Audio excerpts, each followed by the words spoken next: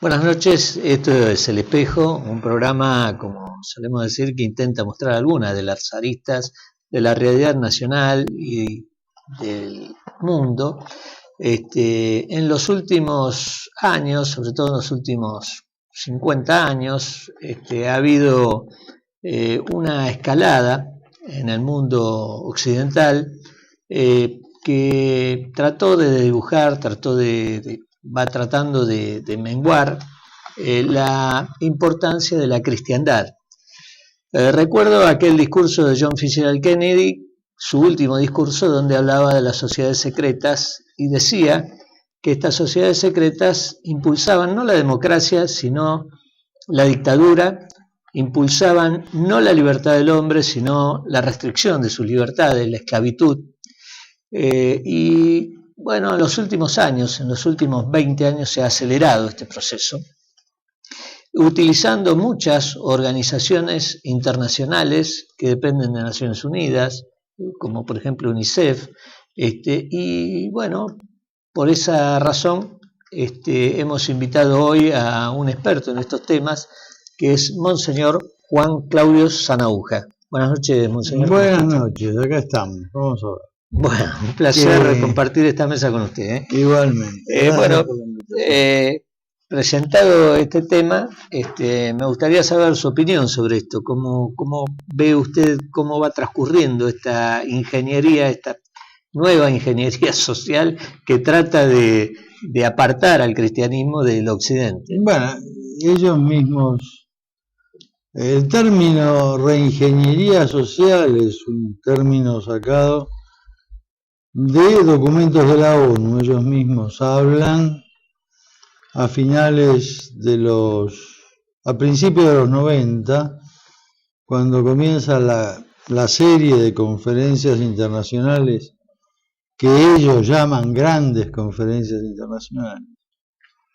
En esos documentos se habla de la necesidad de una reingeniería social. Una reingeniería social que evidentemente no es compatible con el cristianismo, ¿no? Mejor dicho, no es compatible con el orden natural. Es una reingeniería social antinatural, digámoslo así, y por lo tanto es anticristiana. Bueno, ellos mismos también hablan de nuevo orden mundial. Es decir, lo de nuevo orden mundial no es un invento de algún autor. No, ellos mismos en sus discursos, por ejemplo, lo que me acuerdo, el último de los Rockefeller, el mismo Bill Gates ahora, habla de un nuevo orden mundial. Rockefeller hablaba que había que imponerlo, Bill Gates que había que apuntalarlo, porque ya han avanzado bastante, ¿no? Entonces, dejemos claro que no nos estamos inventando un lenguaje para dar una imagen,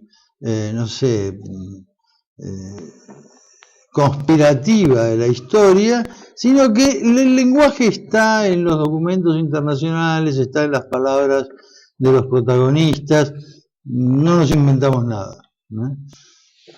Y de ahí se deduce que hay un plan, evidentemente. Desde hace ya muchos años los partidarios del maltusianismo vienen proclamando que hay que tratar de achicar la población del mundo, tratar de menguar la población, el aumento poblacional, porque aducen de que, bueno, el mundo se va a quedar sin alimentos, cosa que no es cierta, y además tendría que poner todo el impulso en solucionar el problema. Es como un poco como que si me duele la cabeza, en lugar de tomar una aspirina, me corto la cabeza y la tiro al cesto de la basura.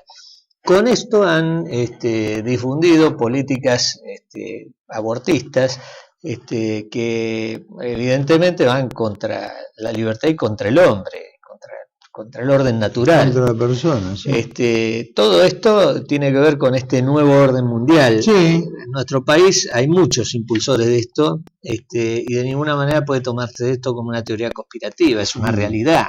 Es una realidad que está todos los días en el tapete. Claro que tratan de disfrazarla, de taparla, de disimularla. Sí, porque yo le diría que el argumento del tema de la falta de alimentos ya vieron a finales de los 60 que era falso. Incluso a finales de los 70, el director saliente de la FAO dijo que sobraban alimentos, que lo que hacía falta es una cumbre mundial de materias primas, y que nombrar eso en ambientes internacionales era mala palabra, porque nadie se iba a poner. Y entonces se van inventando nuevos argumentos, ¿no? Es decir, ya visto, demostrado, que alimentos hay, que existe la posibilidad de producir muchísimo más, lo que pasa es que hay que repartir con generosidad y no. Entonces se inventan, entre otras cosas, el argumento de los derechos humanos, ¿no? El derecho de la mujer a disponer del propio cuerpo, etcétera, etcétera, etcétera, que lleva a políticas de reducción de la natalidad. Sí, incluso de reducción de la libertad, porque la mujer con las excusas de la revolución femenina, lo que se ha hecho con la mujer es transformarla en un símbolo sexual, en un aparato sexual, que no reproduce nada, pero que en aras de la explotación de eso se le ha sacado el rol de jefa de familia, el rol de transmisora de cultura, el rol que es específico de la mujer y que le corresponde, y que por lo cual la mujer existe, no tiene otra razón de existencia. Esto se le ha hecho convenciendo a la mujer de que debe equiparar al hombre, cuando en realidad la mujer no es como el hombre, sino que es distinta y que se complementa, es un complemento, y que es el complemento de un todo, que es la institución familiar. Bueno, también ha habido un gran ataque contra la institución familiar y con la difusión de la homosexualidad, con todo esto, para tratar de limitar al hombre y esclavizar al hombre. En realidad no libertar. Todo esto está explicado por ellos mismos en el documento final de una conferencia del año 66, que fue en Dhaka, Pakistán, donde el Consejo para la Población, el Population Council y la Internacional de Paternidad Planificada, la IPPF, esa gran multinacional que figura como una organización no gubernamental que se dedica a la promoción del aborto y a la perversión de menores, por ejemplo. Bueno, convinieron una serie de políticas para influir en los gobiernos, y bueno, entre ellas está el sacar a la mujer de la casa para trabajar fuera. Está, por ejemplo, en cobrar más impuestos a las familias que tienen más hijos. Y está la promoción del homosexualismo. Son 15 o 20 medidas, yo ahora me acuerdo de esas, a lo mejor haciendo un poquito de esfuerzo me acuerdo de alguna más. Pero está escrito. Es decir, esto está escrito, es decir, estamos estamos en medio de un programa, se está llevando adelante un programa. Un programa que, por supuesto, será utilizado por los países centrales para dominar a los países, digamos, del tercer mundo. Ya lo dijo Juan Pablo II.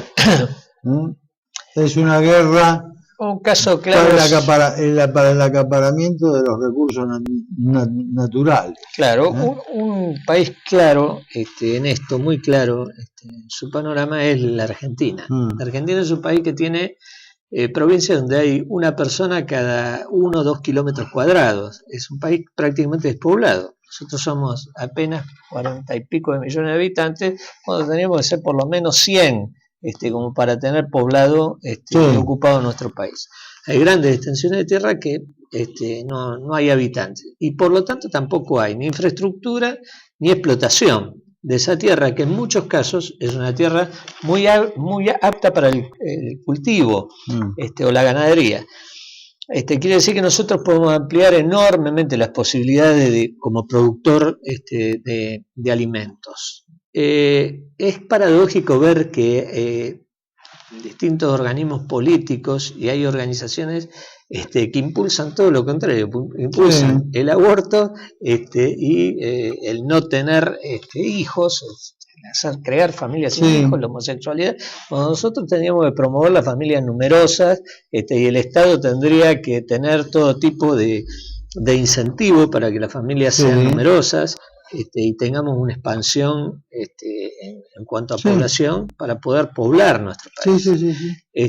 Y me resulta totalmente anacrónico ver que hay organismos que discuten todo lo contrario en la Argentina, ¿no? Esto es prueba de que los aparatos estos internacionales montados y que subvencionan todas estas actitudes está presente en nuestro país. Yo realmente le quiero preguntar, monseñor, ¿cuánto de importancia tienen en estas cosas, en impulsar el aborto, la homosexualidad, las sociedades secretas? Bueno, vamos a ver, hay que dar datos. A la verdad de sociedades secretas hay que dar datos, porque si no, vamos a ver los últimos datos. Los últimos datos son, por ejemplo, el caso Francia. El gobierno francés desde hace unos meses lo llevan los socialistas, el primer ministro es un señor llamado Hollande. Bueno, se plantea la ley de matrimonio, pseudo matrimonio, gay o mal llamada matrimonio igualitario, etcétera. Bueno, entonces sale a la luz que esa es una imposición del Gran Oriente de Francia, que Hollande saca adelante esto. Otra cosa, 15.000 alcaldes, me parece que el número era 15.000, se niegan a acatar la ley, una vez aprobada, a acatar la ley de pseudo matrimonio gay. Entonces, primera declaración de Hollande, se va a respetar la libertad de conciencia de esos alcaldes. Bueno, esto fue una... Después viene la petición en público, la petición pública de la masonería francesa y el retroceso de Hollande. No se admitirá la objeción de conciencia de esos alcaldes. Es decir, las sociedades secretas tienen una influencia concreta. He puesto el caso de Francia porque ha sido tema de prensa en los últimos meses. Cuando le preguntaron sobre ha habido un masón grado 33 que se ha salido de la masonería y había publicado 2 o 3 libros ahora en Francia. Cuando le preguntaron qué diferencia había en cuanto a la influencia de los masones en el gobierno de Sarkozy y en el gobierno de Hollande. Bueno, él dijo, bueno, en el gobierno de Sarkozy había 5 ministros masones. El gobierno de Holanda hay 19, bueno. Es un gobierno masón. Bueno, vamos al corte y enseguida volvemos.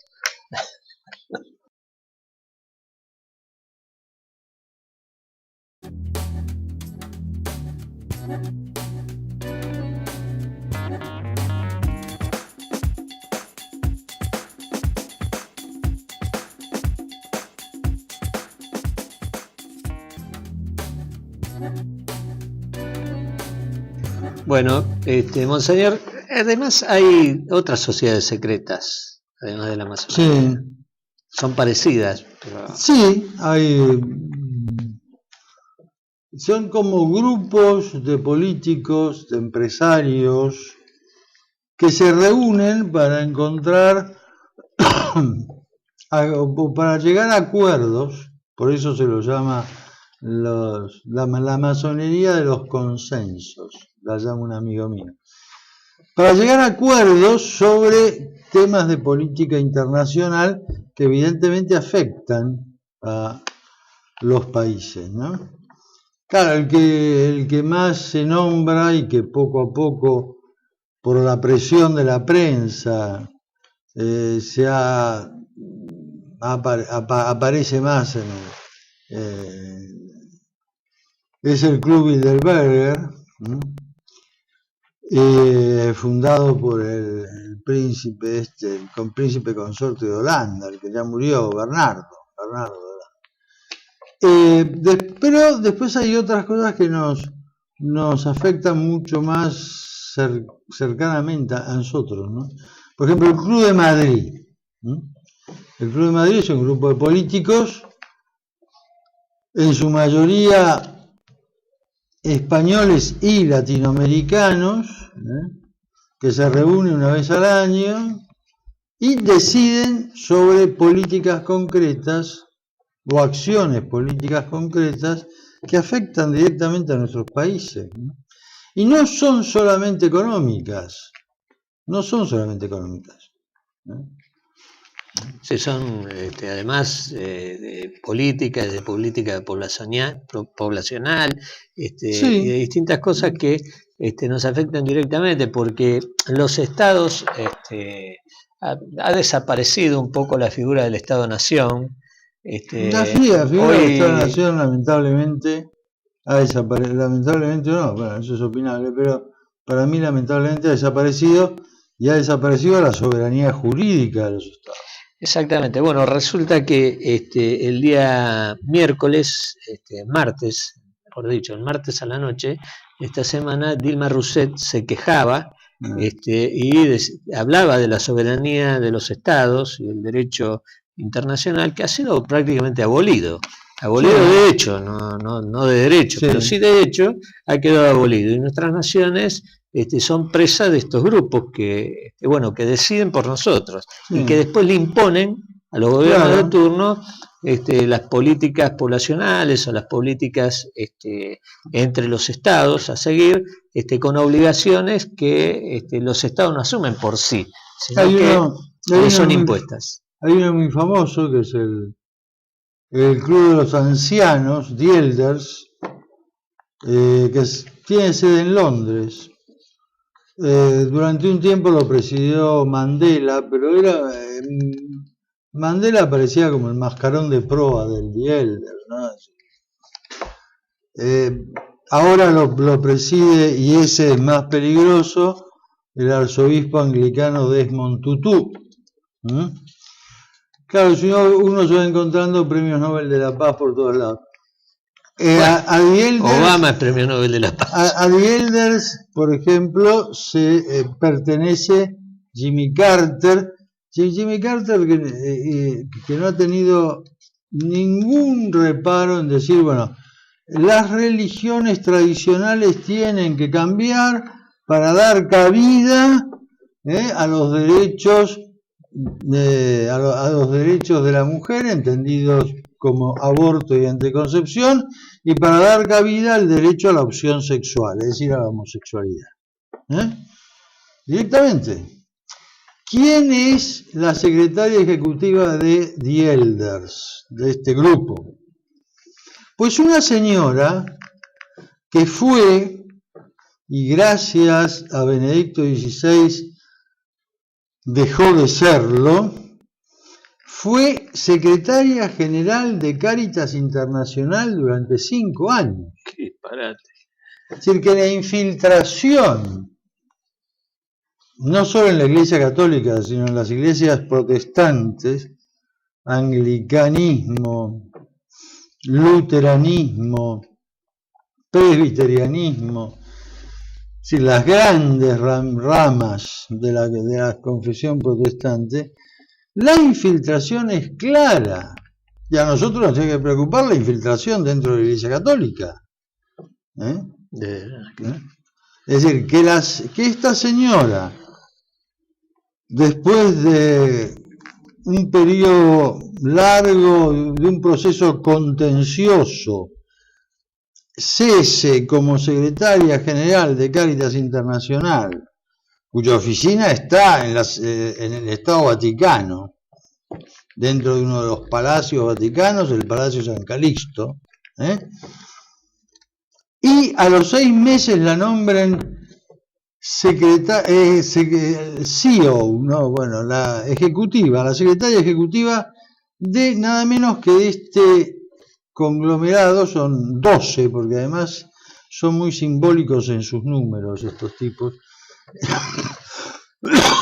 Eso es propio de los masones. De estos 12 ancianos, son ancianos políticos, ¿no? Es decir, viejos políticos. Mandela, Tutu, Carter, nada menos que Mary Robinson, la banderada del aborto y la homosexualidad en la ONU durante más de 20 años, que fue la jefa, por decirlo así, de todo el sistema de derechos humanos de la ONU, ¿no? La relatora general, bueno, una serie de gente así, que la secretaria ejecutiva sea la señora católica, en teoría, católica de la liberación, sudafricana, liberacionista, de católica no tiene nada. Lo que pasa es que nadie se anima ahora a hablar de herejes, pero una católica que esté a favor del aborto, a favor de la anticoncepción y a favor de la homosexualidad es una herejía. Sí. Bueno, que esa señora pase de Cáritas a secretaria ejecutiva de una de estas, en concreto del grupo de Elders, otro grupo, el Good Club, son los millonarios de Nueva York, Bill Gates, Bloomberg y varios más. También hay algún mexicano, ahí, Frank, que bueno, fue ministro en México y ahora ocupa cargos internacionales en el Banco Mundial, etc. Bueno, estos señores también tienen su grupo, que se llama el Good Club, que se reúne 2 o 3 veces por año, y ahí han dicho también claramente, no podemos dejar que la población llegue a 9.000 millones. Ahora estamos en 6.000 millones y pico. No podemos llegar que... Y dicen, bueno, y para esto no solo hay que repartir anticonceptivos y favorecer las técnicas de aborto, porque los anticonceptivos también son abortivos, sino que hay que cambiar los patrones culturales y religiosos. Sí, yo he leído por ahí que de las sociedades. La pretensión es que en el 2020 la población del mundo sea 5.000 millones, o sea, disminuirla. Por eso, bueno, también la promoción de los conflictos. Bill Gates habla de, en África, llegar a un hijo por mujer. El objetivo de Bill Gates en este momento es África. Sí, y promueve un hijo por mujer. La promoción, él está en este momento difundiendo la promoción de todo tipo de esterilización, sí. Sobre todo en las niñas, sí. en África. Una cosa que es un espanto, que además va, vuelvo a decir, todo esto va contra la vida y contra el hombre. Sí, esto va contra la Que es ley lo que decía un natural. poco en su último discurso, John Fitzgerald Kennedy, donde pedía ayuda a la prensa, a los hombres de la prensa, para luchar contra las sociedades secretas, porque ahí lo dice muy claramente. Está ese discurso puede verse en internet, buscarse en YouTube, está, donde él habla y claramente dice que, lo dice muy claramente, dice que todo esto va contra la esclavitud, contra el hombre, y pide ayuda. Por supuesto que antes de los 30 días después de ese discurso lo asesinaron. Pero esta es una realidad que además dicha por los propios autores, que confiesan abiertamente cuáles son sus intenciones. La gente no tiene claro, porque el hombre común que no maneja mucha información, no tiene claro que esto sucede y que hay una conspiración contra el hombre. Es una conspiración contra el hombre común, contra el trabajador, contra el pequeño empresario, contra el comerciante. Es una conspiración contra el hombre que están llevando adelante, y que nosotros en nuestra vida política, en nuestro país, tenemos muchas personas que adhieren a esto y que son impulsores de todo esto, y que además son financiados del exterior por estos organismos. Horacio Berbisky es una persona que está financiada por una de estas organizaciones, que es la Fundación Ford, y recibe $2 millones anuales para estos fines. Bueno, y también por Soros para... Bueno, sí, George Soros, que además... el tema de la liberalización de la droga y todo eso. Que es otro tema también muy importante, que impulsan estos organismos, porque en realidad lo que quieren hacer es que nosotros, en lugar de ser naciones independientes, libres, que podamos pensar por nosotros mismos, que podamos decidir por nosotros mismos, autodeterminándonos, seamos países esclavos de los poderes centrales. Y yo creo que Benedicto XVI lo denunció, siguiendo las denuncias de Juan Pablo II, que había una nueva guerra fría del norte contra el sur para el acaparamiento de los recursos naturales. Benedicto XVI continúa esa línea de denuncias y habla de la implantación de un pensamiento único, del intento de implantar un pensamiento único.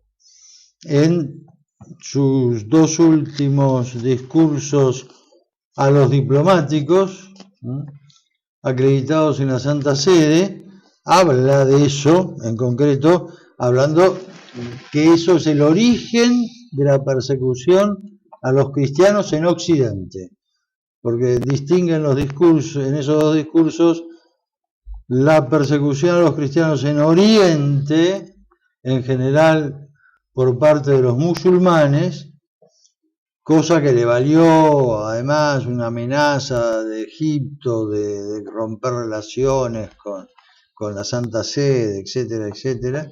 Y después el Papa dedica la segunda parte de esos dos discursos. Es curioso, son en 2 años consecutivos, ¿no? Prácticamente el mismo esquema de discurso.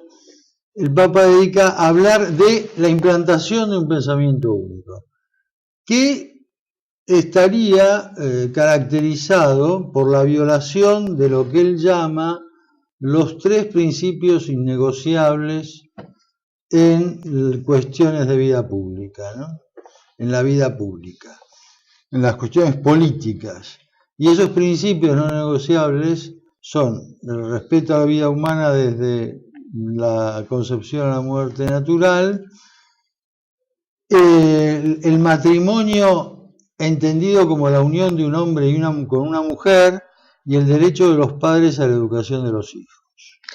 Bueno, vemos lo que está sucediendo en gran parte de Europa y Estados Unidos. La violación de esos derechos constituye la esencia, o de esos principios que él llama principios no negociables, la esencia del pensamiento único que se quiere imponer en Occidente y también en Oriente. A la larga también lo encontrarán en Oriente. Vamos a ir a un corte, y cuando volvamos a hablar de esto, de la educación de los niños, porque es importantísimo, es un tema muy importante que va a adquirir relevancia también aquí en nuestro país, seguramente porque además de todas las iniciativas que ya hay, Yo creo que van a copiar algunas que vienen de Europa y que son bastante funestas para la familia y para la formación de los niños. Vamos al corte.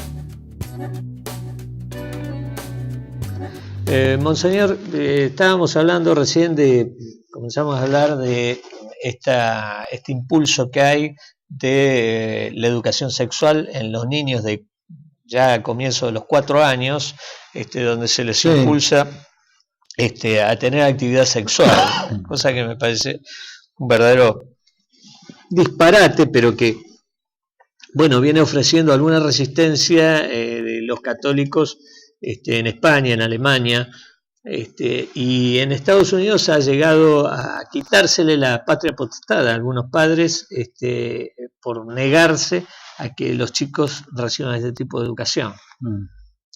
En Alemania también. Sí, ahora, bueno, vamos a ver, parte de ese pensamiento único del que hablábamos antes es que se vea como normal que es el Estado el que educa a los chicos, que los chicos son de la sociedad, no son de los padres. Será una vieja reminiscencia del Tercer Reich, porque además da la casualidad que, por ejemplo, a los padres que han optado por el homeschooling, la educación en su casa, en Alemania se les está aplicando una vieja ley del Tercer Reich que impedía o prohibía a los padres excluir a los hijos de la enseñanza oficial.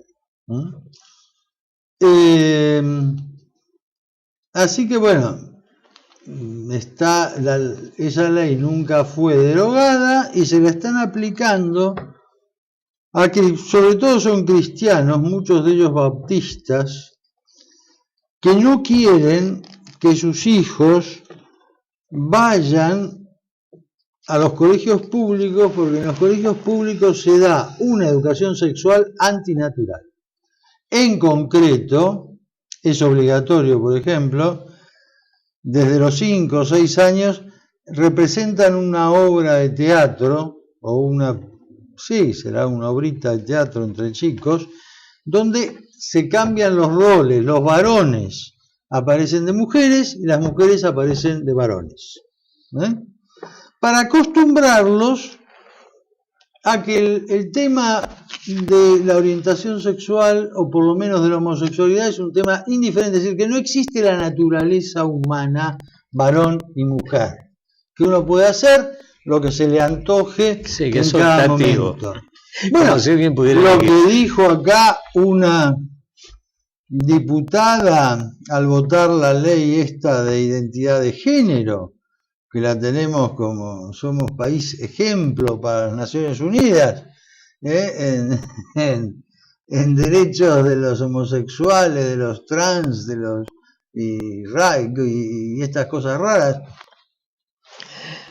Esta mujer dijo que permite la rectificación del sexo asignado al nacer. Es decir, para esta señora, a la cual le habrá hecho el discurso seguramente un asesor mentalizado, ideologizado y educado por algún organismo de Naciones Unidas, no se nace con un sexo, se le asigna un sexo a la persona. Qué cosa más ridícula.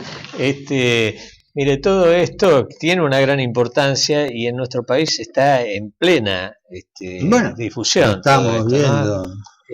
Con lo que está sucediendo Hasta ahora no se le ha impuesto, no se ha impuesto del todo, pero viene avanzando y viene avanzando en forma importante. Hoy casualmente estaba mirando un mail que me mandaron con bibliografía, la misma bibliografía que mandó el Ministerio de Educación a Mendoza, que además es sexista, violenta, tiene todo lo que ellos dicen criticar. Porque en realidad todo esto es fascista. El pensamiento es un pensamiento fascista, como está incorporado también, una cosa que me preocupa hondamente, porque este pensamiento está incorporado en la Argentina. Hoy vemos que cualquier discusión termina con insultos, con descalificaciones. No hay discrepancia de pensamiento, no hay discusión de pensamiento, sino que hay toda una forma de tratar de imponer lo que se piensa. Esto se hace políticamente, se hace socialmente, uno lo puede ver en las redes sociales, está incorporado a la sociedad. Y también esto está incorporado a la enseñanza, se está enseñando de la misma forma. Entonces vemos que suceden estas cosas, están sucediendo realmente cosas espantosas en la educación. Yo tengo una nieta de 4 años que va a un colegio religioso, a la Divina Pastora, en ese colegio se han producido hechos de violencia entre chicos de 4 años que han patoteado, han pisado, pateado a un chico en un jardín de infantes. Una cosa espantosa, pero eso viene de la casa, viene cargado, en el menor de la casa, es cómo se vive y cómo se piensa en la casa de donde provienen esos chicos. Es una cosa realmente espantosa, realmente terrible, porque eso se traduce después en lo que vemos diariamente. Nos quejamos de la violencia, vemos la violencia que hay a través de los medios de comunicación, la violencia en los hechos de robo, pero eso tiene que ver con toda la sociedad. No es algo que está radicado nada más que en lo marginal que produce los delitos, sino que toda la sociedad está así. Y todo esto viene impulsado desde el Estado y impulsado desde el exterior. Por eso cuando uno habla de esto, suele tener que responder a algunos estúpidos que hablan de que uno adhiere a teorías conspirativas. No, la conspiración existe y está a la vista de todo el mundo. Uno la puede ver hoy. Afortunadamente, los medios de comunicación permiten que nosotros tengamos acceso mucho más rápido a la comunicación, y hoy en los medios de comunicación se puede ver esto, es transparente. O sea, porque no en el año 1993, la Organización Mundial de la Salud define el género como la convicción que tiene la persona o el individuo, ¿no? Ellos no hablan en sus manuales de personas, sino de individuos. La convicción que tiene el individuo de pertenecer a uno u otro sexo con independencia de sus características físicas y funcionales, es decir, está en un manual de ellos del año 93, por lo tanto, todo eso se ha ido poniendo en marcha y se ha filtrado en las conferencias internacionales, se ha filtrado en los organismos internacionales, se ha bajado línea a todos los países a través de los organismos, de esos organismos. Entonces no hay conspiración. Estamos viendo el resultado de esas políticas que tienen un inicio, que están escritas en manuales publicados por Naciones Unidas o por lo que yo llamo las organizaciones no gubernamentales del sistema, porque hay una serie de organizaciones no gubernamentales que son parte de ese sistema de Naciones Unidas. Sí, es una telaraña que armaron. Es una telaraña que han armado y que romperla es muy... El otro día leía que una serie de instituciones, la base de esas instituciones son varias instituciones católicas, pero también hay otras evangélicas y de otros cultos, que presentaron en Naciones Unidas un proyecto de sacar adelante los objetivos de desarrollo del milenio, sacarlos adelante respetando la familia y la vida, porque los objetivos del milenio para el desarrollo atentan contra la vida, atentan contra la familia, atentan contra la naturaleza humana. Exacto. Entonces, a mí me parece eso muy laudable. Yo he estado en el edificio de Naciones Unidas, hay 800 salas, bueno, cualquiera puede pedir una sala y expresar ahí lo que quiera, junta ante quienes quieran, ante quienes inviten o ante quienes vayan. Pero a mí me parece que, si bien reconozco la buena voluntad de estas personas, ¿no? Me parece que no podemos caer en el engaño de decir, bueno, vamos a pelear la cosa desde adentro y vamos a darle los objetivos del milenio, los objetivos para el desarrollo del milenio, son una cosa que está pensada y está puesta en marcha desde el año, al menos se hicieron públicos en el año 2000. Se deben haber estado estudiando desde bastante tiempo antes. Ahora se están estudiando los post-objetivos del milenio, porque había un plazo para cumplirlos, que es el 2015, y ya están estudiando la agenda de objetivos post-2015. Bien, vamos a ver. Por muy buena voluntad que se ponga, no se puede decir, señores, me parece inútil decir, bueno, vamos a meternos adentro y vamos a darle sentido cristiano y pedirle a Naciones Unidas que saque adelante los objetivos del milenio para el desarrollo, respetando la vida y la familia. A mí me parece que es una pérdida de energía. Sí, indudablemente. Hay que romper en lo que... Sí, por eso estas familias rompen con el sistema, y en Estados Unidos, en España, en Alemania, se está dando cada vez más el fenómeno del homeschooling. Sí. Y ahí está Obama oponiéndose. Claro, es muy difícil oponerse en Estados Unidos al homeschooling, porque también, así como tienen el derecho de llevar armas, tienen el derecho de educar a los hijos como quieren.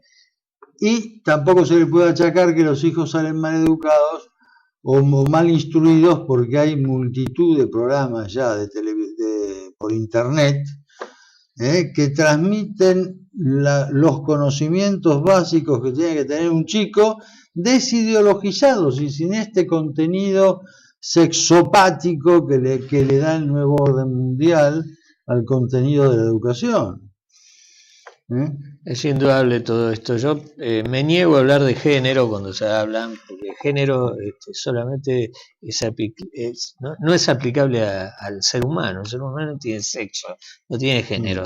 Género tienen otras cosas, pero el ser humano no tiene género, sí. Tiene sexo. Este mal empleo del idioma y la permisividad en la gente que acepta mal empleo. Además, uno dice, bueno, suponiendo que se acepte el uso de la palabra género o de la perspectiva de género, ¿alguien se ha preocupado por ver a fondo qué ha pasado con aquellos profetas? ¿Cuál ha sido la vida de esos profetas de la perspectiva de género? Simone de Beauvoir, a la cual cita Benedicto XVI en uno de sus últimos discursos ante la curia romana, para dar punto final a la cuestión del género y decir, señores, el tema de la perspectiva de género no es compatible con la fe católica. Bueno, la vida de Simone de Beauvoir. Simone de Beauvoir tiene varias causas en los años 40 por perversión de menores. Claro. Es decir, todo esto de la pedofilia, que tanto escándalo hacen ahora algunos profetas del género en nuestra sociedad, pues Simone de Beauvoir a la que ellos veneran como maestra, una de las maestras de la perspectiva de género, pues tiene causas de corrupción de menores en los años 40, porque se dedicaba a las chicas. Sulamita Firestone, una de las popes de la perspectiva de género de Estados Unidos, nadie sabe cuándo murió, porque loca como una cabra, la internaron en un manicomio y ahí pasó sus últimos años, sus últimos días, sus últimas horas, porque desapareció del mundo en un manicomio. ¿Por qué? Y bueno, porque vivió como la doctrina que había volcado en sus libros. La vivió a fondo, acabó loca. Bueno, es decir, todos estos cultores de la perspectiva de género que tenemos en nuestra sociedad se preocupan por ver cómo han terminado los profetas del género. De ninguna manera. Bueno, sería bueno que se preocuparan. Lo que buscan es otra cosa, buscan el fin que promueve todo esto. Pero sería bueno que nosotros supiéramos, es decir, cómo terminó esta gente. Sí, lamentablemente lo que importa son los objetivos. No, sí, pero es bueno por lo menos decirlo. Claro que bueno saberlo. Hay un libro de un autor español que va relatando las vidas de cada uno, que son bastantes, de los generadores, de los que iniciaron el tema de la perspectiva de género, todo el tema de que la sexualidad se adquiere, la genitalidad es con la que nacemos, pero la sexualidad se adquiere, etc. Bueno, un autor español que se llama Trillo Figueroa, que tiene un libro muy interesante porque no solamente va viendo la doctrina de cada uno, sino va viendo cómo fue su vida y cómo terminaron sus vidas. Sí, generalmente todos son grandes corruptores y que han terminado mal, porque ninguno de ellos puede terminar bien, ¿no? Cuando se hace ese tipo de excesos y se da una vida con nuestra sociedad los idolatra, ¿no? Sí, sí. Bueno, yo los otros días escuchaba a un conocido bailarín homosexual que se quejaba y hablaba de otro, porque decía que era más corrupto que él, porque en realidad el otro está disfrazado de mujer y se vende como una mujer, cuando en realidad lo que es un hombre disfrazado de mujer. Y tiene razón lo que dice. Tiene razón, porque en realidad todo esto, que es una gran corrupción personal, pero además el daño que le ocasionan a los chicos que ven televisión, porque ¿cómo le explica a alguien que está mirando televisión a su hijo que esa señora no es una señora, sino que es un señor? El otro día, a raíz de uno de estos casos de bullying, que habían golpeado a una chica, no sé en dónde, en el Gran Buenos Aires, escuché por la radio algo que me dejó perplejo. Y ya llegó la directora. No, la directora del colegio no ha llegado. La directora, que se hace llamar, y ahí dijeron un nombre, Karina no sé cuánto, y entonces el periodista que estaba en estudios dice: ¿cómo que se hace llamar? Sí, porque la directora es un travesti. Sí, no, bueno. Pero vamos a ver, estamos pervirtiendo a los chicos. Claro. Digámoslo claramente. Sin ningún si embrague. La directora es un travesti. Sin ningún embrague. Estamos pervirtiendo a los niños que acuden a esa escuela. La verdad que yo, a un hijo mío, en una escuela donde la directora de la escuela es un hombre disfrazado de mujer, la verdad que yo no lo mandaría. Pero bueno. Así están las cosas. Bueno, le agradezco mucho, monseñor, por habernos compartido Al contrario, yo les esta noche, agradezco a ustedes. y poder hablar de estas cosas que son tan importantes y que seguramente cada vez, a medida que vaya avanzando el tiempo, cada vez van a ser más importantes en nuestro país. Bueno, muchas gracias, buenas noches. Buenas noches. Bueno, esto ha sido todo por hoy, como siempre, de este programa que es El Espejo, que intenta mostrar las realidades de nuestro país y del mundo, en este canal donde toda la verdad siempre está primero. Gracias.